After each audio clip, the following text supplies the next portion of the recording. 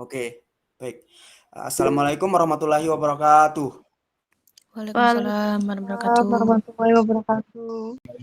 Baik, terima kasih teman-teman sudah hadir di forum ini untuk menjelaskan serta melaksanakan tugas yang telah diberikan oleh Pak Faris selaku dosen mata kuliah Pendidikan Agama Islam Offering F10 Universitas Negeri Malang. Nah, kita di sini itu akan mempresentasikan tentang korupsi dan upaya pemberantasannya dalam perspektif Islam. Ya, kata korupsi adalah kebusukan, keburukan, ketidakjujuran, penyuapan, maksiat, penyimpangan dari kesucian. Namun dalam Kamus Umum Indonesia, istilah korupsi mengacu pada perbuatan buruk seperti penggelapan, penyuapan, dan lain-lain. Belakangan, dalam keputusan militer nomor PRT/PM 06/1957, konsep korupsi dimaknai antara lain sebagai tindakan yang merugikan perekonomian dan perekonomian negara. Jadi, arti kata korupsi adalah sesuatu yang busuk, buruk, dan meresahkan. Berdasarkan kenyataan tersebut, yang dimaksud dengan perbuatan koruptif adalah seseorang yang berakhlak tidak bermoral, akhlak busuk, dan keadaan yang berhubungan dengan suatu instansi atau jabatan pemerintah. Mesin penyalahgunaan kekuasaan pada jabatan karena pertimbangan ekonomi dan politik, memberi dan memangku jabatan keluarga atau golongan berdasarkan kekuasaan jabatan.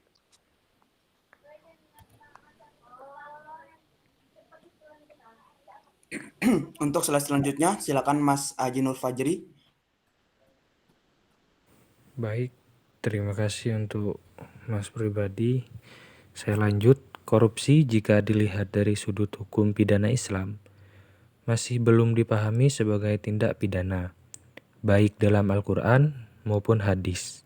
Sebab pasal dalam Al-Quran dan hadis tidak menjelaskan secara spesifik korupsi.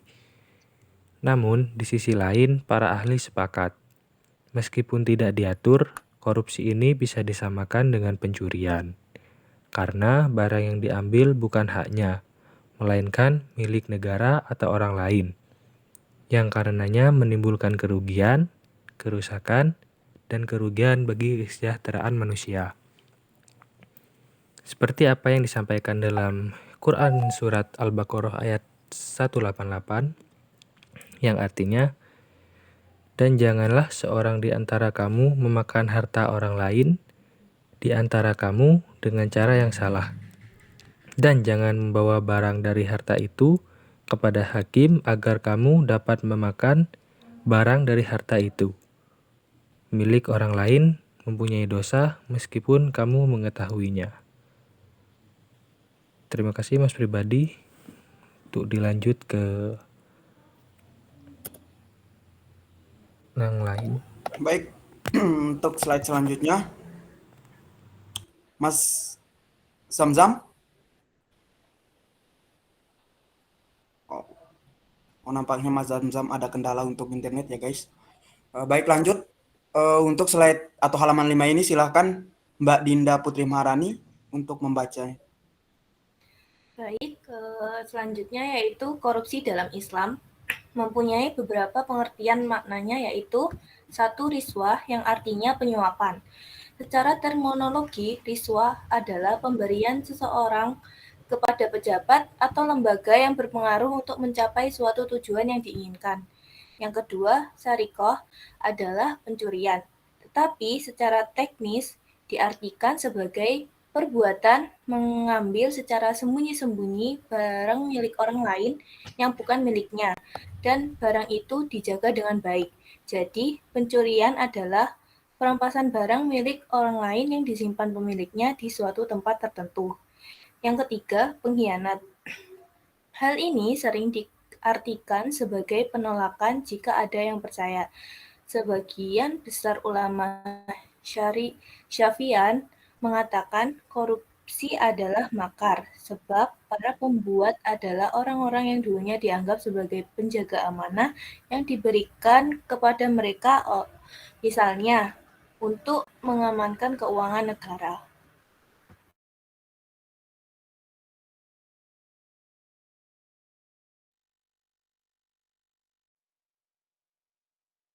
Terima kasih Mbak Ninda atas penjelasannya. Kita kembali ke Mas Davin. Silakan Mas Davin untuk menjelaskan tentang pengalaman selama ini terkait dengan beberapa buku Jur'an di Hafsah Islam Pemberantasan Korupsi. Silakan Mas Davin. Baik, terima kasih. Di sini saya akan melanjutkan pengalaman selama ini terkait dengan beberapa buku Jur'an di Hafsah Islam Pemberantasan Korupsi.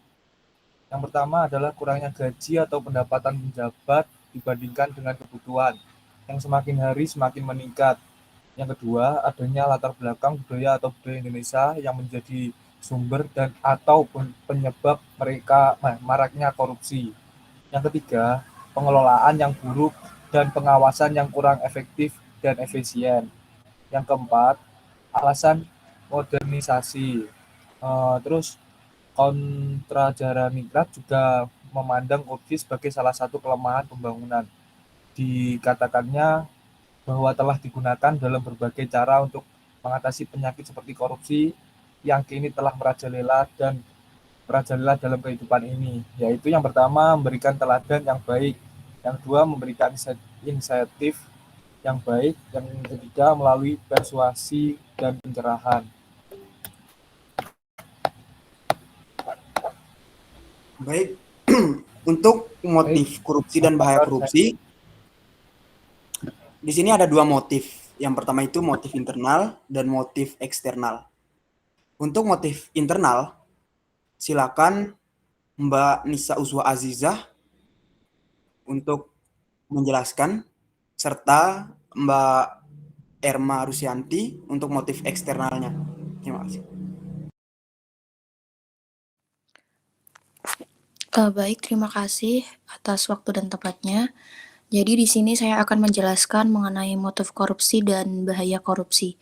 Yang pertama yaitu motif internal, yang dimana motif ini timbul dari diri seseorang yang melakukan korupsi.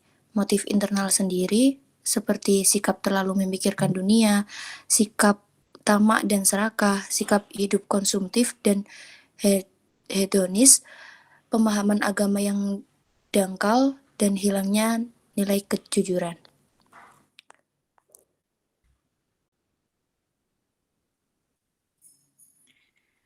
Baik, untuk selanjutnya, yang kedua yakni motif korupsi dan bahaya korupsi dari eksternal.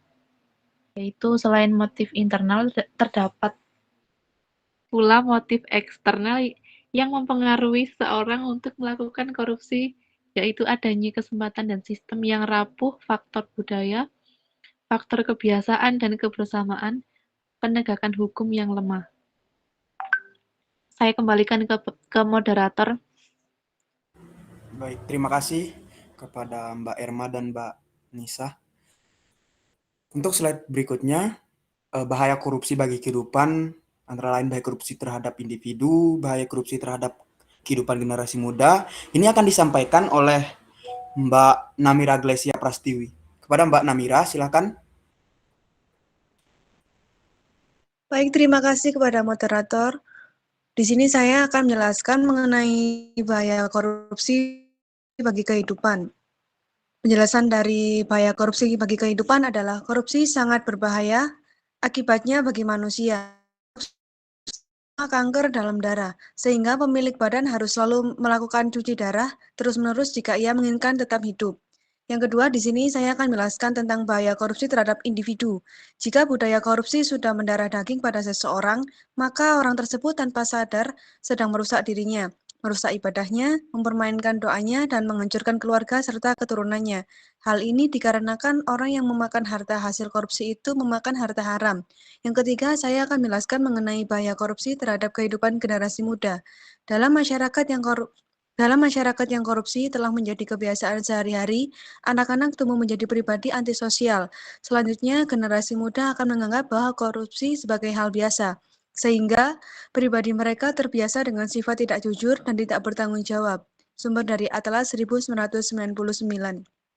Terima kasih kepada moderator. Baik, sama-sama untuk Mbak Namira Glesia Prastiwi. Nah, untuk halaman 9, yaitu bahaya koruptor terhadap kehidupan bermasyarakat, bahaya korupsi terhadap sistem politik. Ini akan disampaikan oleh Mas kita, Mas Atalah Muhammad Salva. Mas Atalah, silakan Mas Atalah. Baik, terima kasih moderator. Saya akan menjelaskan untuk yang pertama adalah bahaya korupsi terhadap kehidupan bermasyarakat. Jika korupsi telah membudaya dan menjadi kebiasaan sehari-hari dalam suatu masyarakat, maka ia akan menjadikan masyarakat sebagai masyarakat yang kacau. Fakta empiris hasil penelitian di banyak negara dan teori-teori ilmu sosial menunjukkan bahwa korupsi berpengaruh negatif terhadap rasa keadilan sosial dan kelestarian sosial. Dan yang kedua adalah bahaya korupsi terhadap sistem politik. Kekuasaan politik yang dicapai dengan korupsi akan menghasilkan pemerintah dan pemimpin masyarakat yang tidak legitimate atau sah di hadapan masyarakat. Hal ini menyebabkan masyarakat tidak akan percaya terhadap pemerintah dan pemimpin tersebut. Akibatnya, masyarakat tidak akan patuh dan tunduk pada otoritas mereka. Di samping itu, hal ini akan memicu terjadinya instabilitas sosial politik dan integrasi sosial. Bahkan dalam kasus hal ini menyebabkan jatuhnya kekuasaan pemerintah secara tidak terhormat. Terima kasih. Baik, saya serahkan lagi kepada moderator Ilham Wahyudi Purwadi. Baik, terima kasih Mas Atalah Muhammad Salva. Untuk halaman 9 ini akan dijelaskan oleh Mbak cantik kita, yaitu Mbak Ina Rahmawati. Kepada Mbak Ina, silakan.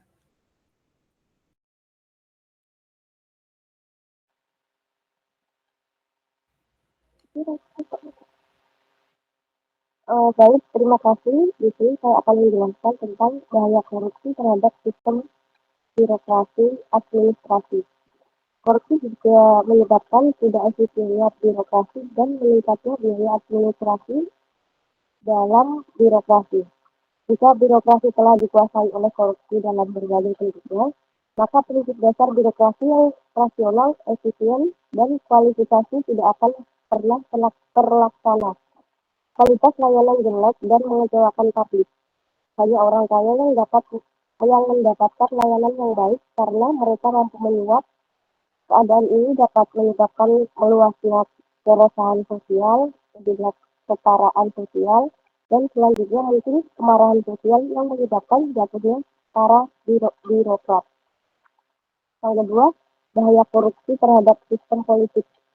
Korupsi juga berdampak merusak perkembangan ekonomi suatu bangsa jika sebuah proyek ekonomi syarat dengan korupsi. Yang kedua, penyiapan untuk kelulusan proyek, nepotisme dalam penunjukan pelaksanaan proyek, penggelapan dana pelaksanaannya, dan bentuk-bentuk korupsi lain dalam proyek. Maka pertumbuhan ekonomi yang diharapkan dari proyek tersebut tidak akan tercapai. Terima kasih, saya kembalikan ke moderator. Baik, sama-sama Mbak Ina. Nah, untuk materi upaya menumbuh kembangkan budaya anti korupsi menurut pandangan Islam akan dibacakan oleh saya sendiri. Di sini dijelaskan bahwa Islam adalah agama yang mencakupi semua urusan kehidupan manusia secara komprehensif dan holistis. Semua permasalahan dalam bidang ekonomi, politik, budaya, tatanan kehidupan masyarakat, sampai masalah hukum sudah diatur dalam Islam. Islam selalu aktual dan tidak pernah ketinggalan zaman dalam menyikapi persoalan-persoalan yang muncul belakangan ini. Cara Islam menyikapi permasalahan kontemporer pun pasti proporsional dan tepat sasaran. Lanjut Mas Davin. Nah, setelah dijelaskan oleh teman-teman kita tadi dari Mbak Erma, Mbak Nisa, Mas Haji, Mas Davin, Mbak Ina, Mas Atala, Mbak Namira, Mbak Dinda, kita dapat menarik kesimpulan bahwa korupsi merupakan penyakit berbahaya yang harus diberantas demi terwujudnya masyarakat yang adil dan sejahtera. Upaya pemberantasan korupsi harus dilakukan secara komprehensif dengan melibatkan semua pihak, baik pemerintah, masyarakat sipil, maupun individu. Oleh karena itu, pendekatan preventif dan represif harus berjalan beriringan untuk mencapai hasil yang optimal. Baik. Nah, teman-teman, setelah apa yang dijelaskan oleh teman-teman kita tadi, baik dari Mas Aji, Mbak Dinda, dan teman-teman lainnya tentang upaya korupsi dan pemberantasannya dalam perspektif Islam, kami dari kelompok 7 mengucapkan terima kasih yang sudah menyimak, serta jangan lupa subscribe channel PAI Universitas Negeri Malang offering F10. Bye-bye. Assalamualaikum warahmatullahi wabarakatuh. Waalaikumsalam warahmatullahi Waalaikumsalam warahmatullahi wabarakatuh. Bye-bye.